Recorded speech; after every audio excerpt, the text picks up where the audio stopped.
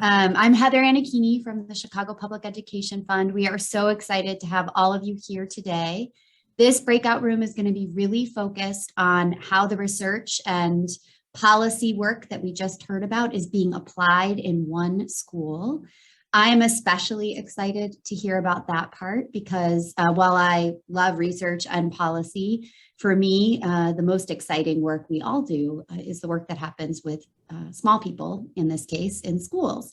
And we're so privileged, the team is so privileged to be joined today by Talcott Elementary School, Olympia, the principal, Rosalba, the kindergarten dual language teacher, Julie, the pre-K dual language teacher. It takes a village to make this work happen in schools like Talcott and at the level that this team is doing the work.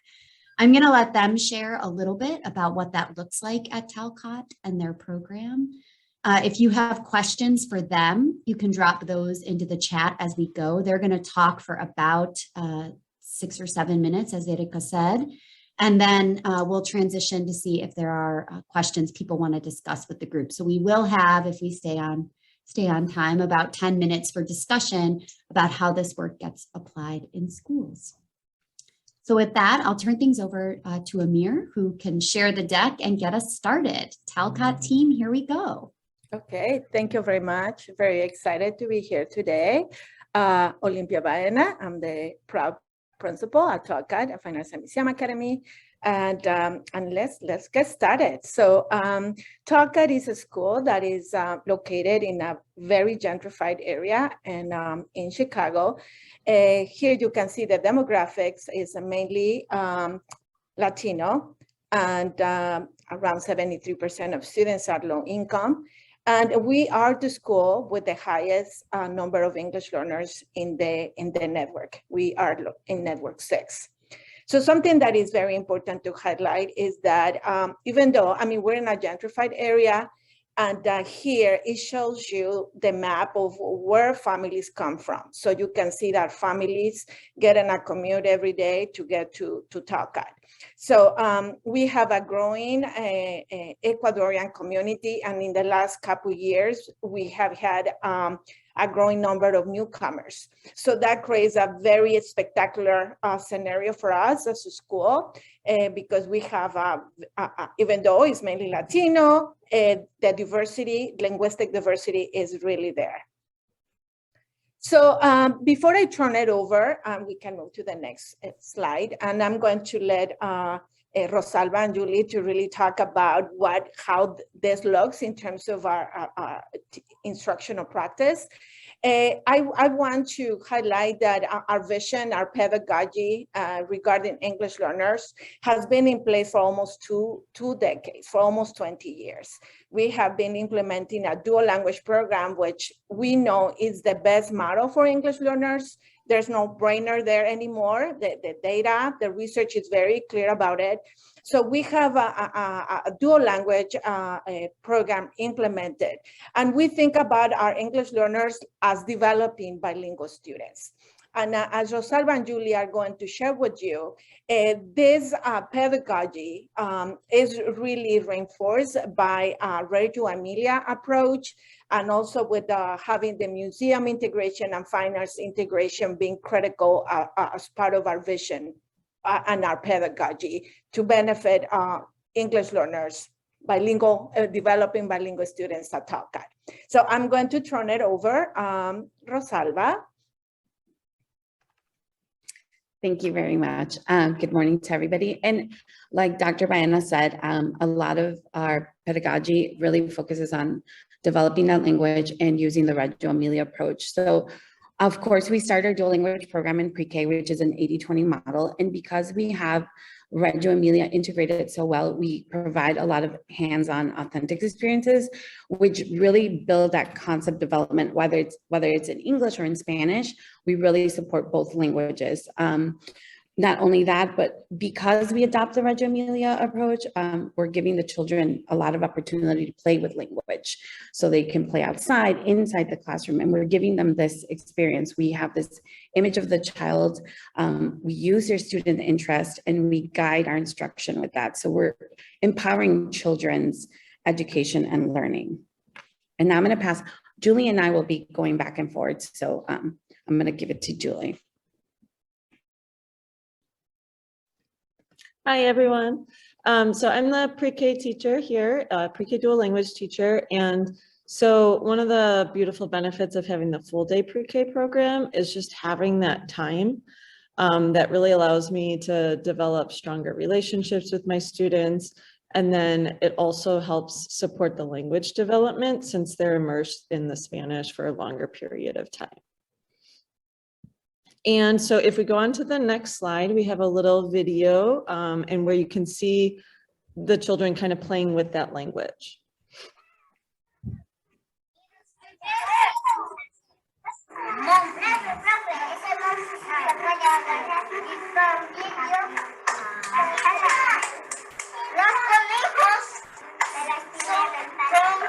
Los conejos comen tierra y los bebés patos comen maíz.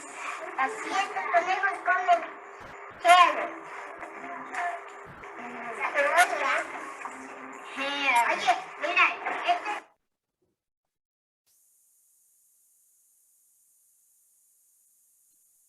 So there you can kind of see how the two main talkers were kind of supporting each other with the language development in both languages.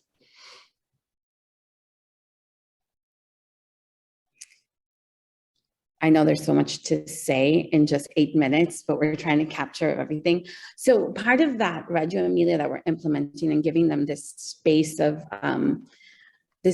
play with, we also developed this cycle of inquiry. We were lucky to go to a PD that we were able to experience a cycle of inquiry. So this is from the Bambini book, but we start off with like the intentions, like what are intentions? What are the big ideas with the objectives in mind? Then we create some provocations where we use realia experiences. And then through that, we just have them explore. And as teachers, we are facilitating their learning. So we document whatever we observe through their writing, through their reading, to their interest. And then we document it. And then once we have everything ready as our grade level or PLC, we reflect on it. So pre-K and K come together and we talk about, you know, what is going on? What do we see? And then we come back around again with the same big idea. So this sort of gives us a lot of insight of what the children like. It gives them the language, and we're also thinking about the concept attainment. Like, what are they understanding about the concept in their language that they're developing? And then so this is just some visuals that we have. So our intention was the creative curriculum study of bread. And so then after reading The Little Red Hen as our provocation, we started looking into different types of flowers and their textures, which then evolved into making different flours and using the flours and making different types of dough like tortillas and pizza dough. And then eventually we moved on to making a type of bread, which is the pizza that we see in the last picture. And then just by using this inquiry of cycle and having these hands-on experiences for them, I could just hear that my students having richer language.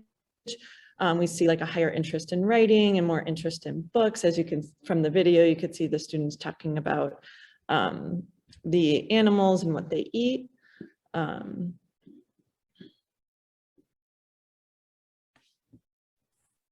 Yeah, and so this work also continues into kindergarten. I'm the kindergarten teacher, so this work continues. So the students that I'm getting from Julie or for our pre-K team, they already come with so much language and so much experience. So it really makes that transition so smooth between pre-K and K.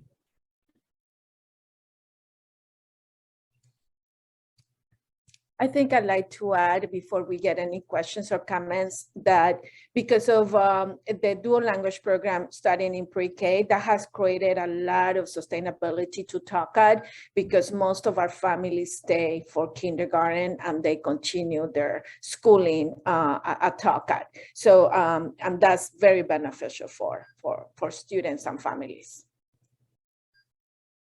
So thank you. Thank you, Talcott team. I think that last point that Olympia made about the continuity, and we heard it from the teachers too, from pre-K to kindergarten is a really important one.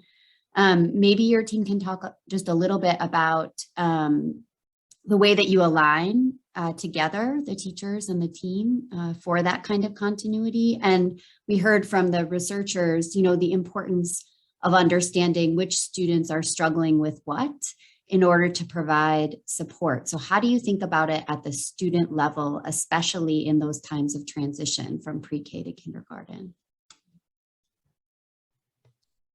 I think I would prefer Rosalba, Julie, you can talk about your collaboration. I think it would be great.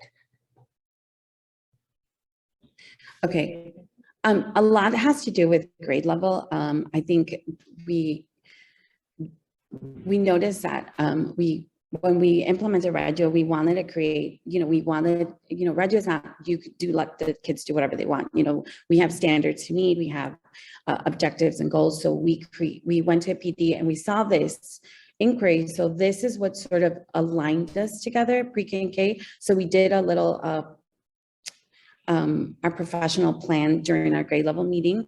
And so we decided that we were going to focus on this just to know what pre-K is doing, and pre-K can also know what we are studying. So some of the things that they were doing was aligning with what we were doing. So that transition was a little bit easier. So like Julie is doing a animal study right now, and she's just exposing them to animals. So now they're going to come to kindergarten. We're going to do another animal study, but it's going to focus on habitats, adaptations, and then it'll be more oral based where they will have to speak in the Spanish language. And not everybody speaks Spanish, but it benefits both the native speakers and the students that are learning the Spanish. So it becomes, it just becomes very web where it's so vertically aligned. But I don't know if Julie wants to add anything to it.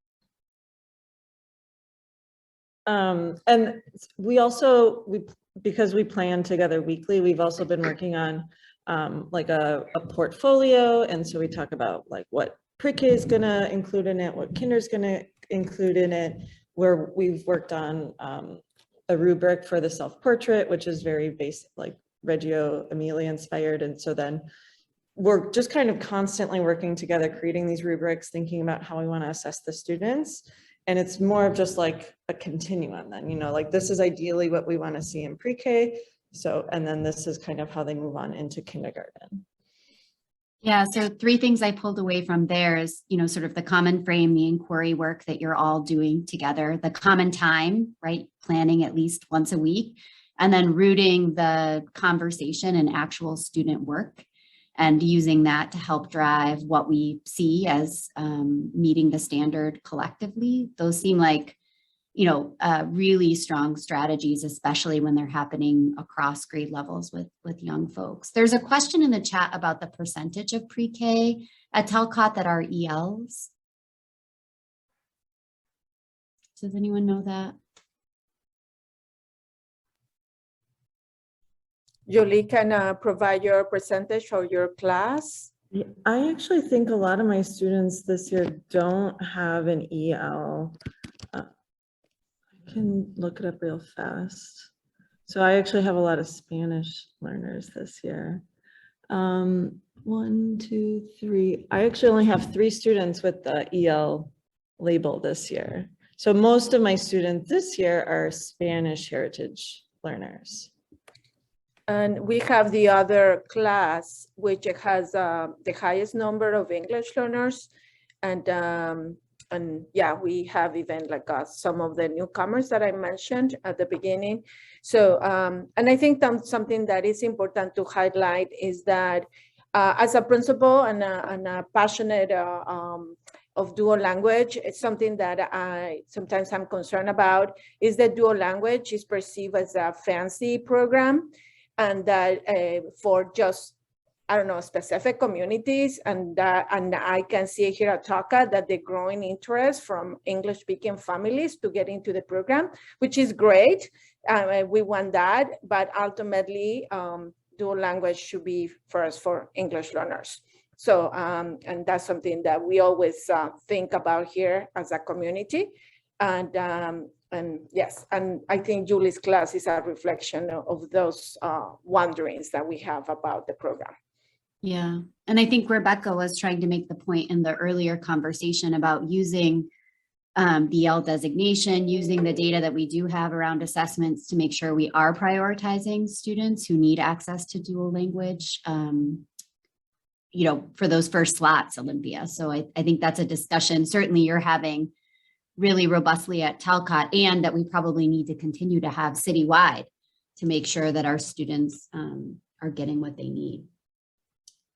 So there's a question, another question in the chat. Reinforcing, I think, Olympia's point about the ultimate purpose of dual language programs and the students who should be served. So I'm glad that's resonating. It resonates with me too. There's a question about Talcott and the school type. Olympia, can you just talk a little bit about the type of school you all are?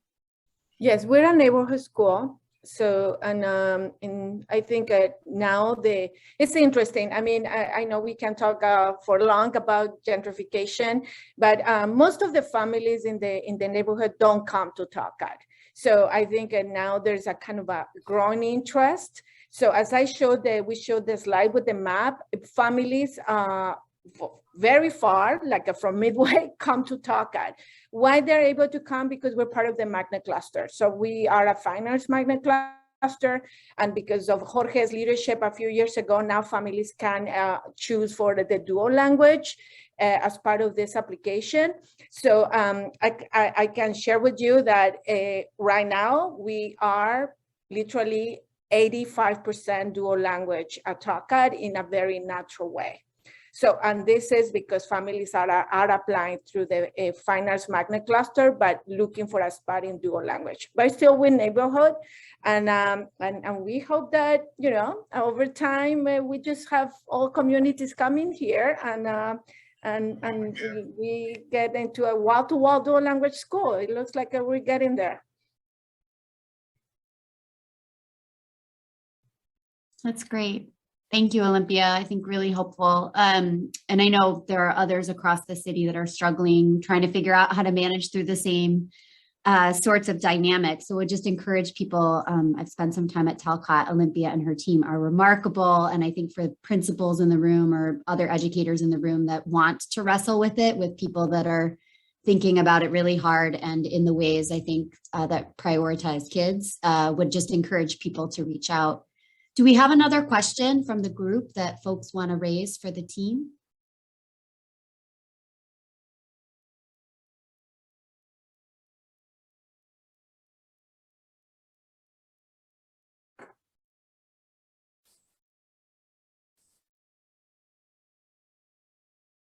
I do. So I'll ask maybe the last question because I know we're running short on time, but for a school that's really just starting to figure this out. So maybe on the opposite side of things is really just starting to have EL students come to them and is trying to figure out how to meet the needs of those students effectively and, you know, with the kind of equity lens and care that I think Talcott brings. What would you recommend for those school communities as they get started?